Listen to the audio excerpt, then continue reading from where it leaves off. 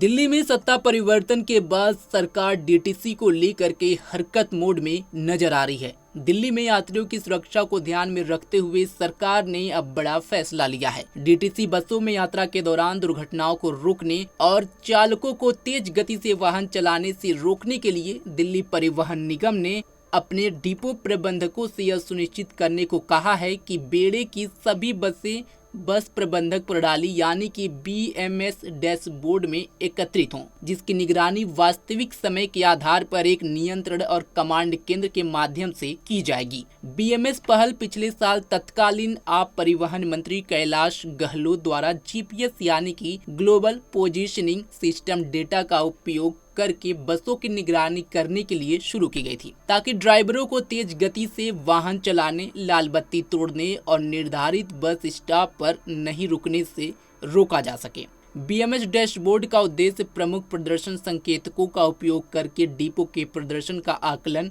और तुलना करना तथा किसी भी खराब प्रदर्शन करने वाले डिपो के लिए सुधारात्मक उपाय करना था। मिली जानकारी के मुताबिक ये निर्देश 7 मई को डीटीसी अधिकारियों की बैठक में दिए गए। बैठक के विवरण में कहा गया कि अभी भी टाटा की करीब 80 बसों को बीएमएस के साथ एकीकृत किया जाना है। रणनीतिक व्यापार इकाई को निर्देश दिया गया है कि वह टाटा को आवश्यक निर्देश जारी करे कि वह अपनी बसों का विवरण तुरंत बीएमएस विक्रेता के साथ साझा करे और यह सुनिश्चित करे कि एकीकरण बिना किसी देरी के पूरा हो जाए। अधिकारियों ने बताया कि डीटीसी और टाटा के बीच सेवा स्तर समझौते की शर्तों के अनुसार गैर कामकाजी प्रणालियों पर जुर्माना लगाने के निर्देश जारी किए गए हैं। इसके अलावा डीटीसी ने अपने डिपो को हर सोमवार को क्षेत्रवार उल्लंघन और डिपो विशिष्ट उल्लंघनों के बारे में एक व्यापक साप्ताहिक रिपोर्ट प्रस्तुत करने को कहा है। डिपो स्तर के केपीआई में प्रदर्शन की समीक्षा की गई। गैर अनुपालन और उल्लंघन के लिए रियायतकर्ताओं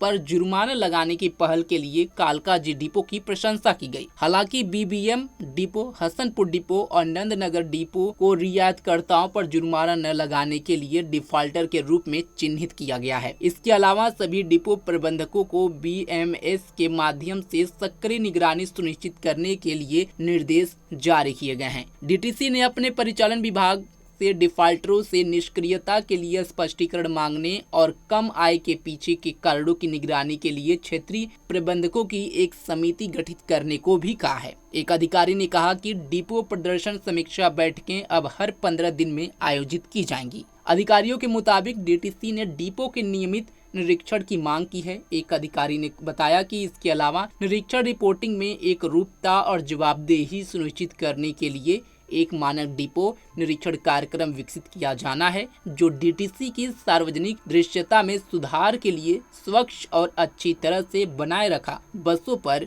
केंद्रित करेगा। सरकार की तरफ से जो पहल की जा रही है वो काफी काबिले तारीफ है, क्योंकि यात्रियों की सुरक्षा ये सबसे बड़ा मुद्दा है और इसको लेकर के अब दिल्ली सरकार डीटीसी कहीं न कहीं एक्टिव नजर आ रही है। फिलहाल इस खबर पर आपकी क्या राय है, कमेंट बॉक्स में हमें जरूर बताएं। ऐसे ही तमाम खबरों के लिए जुड़े रहे हमारे साथ और देखते रहें पंजाबकेसरी.com। धन्यवाद।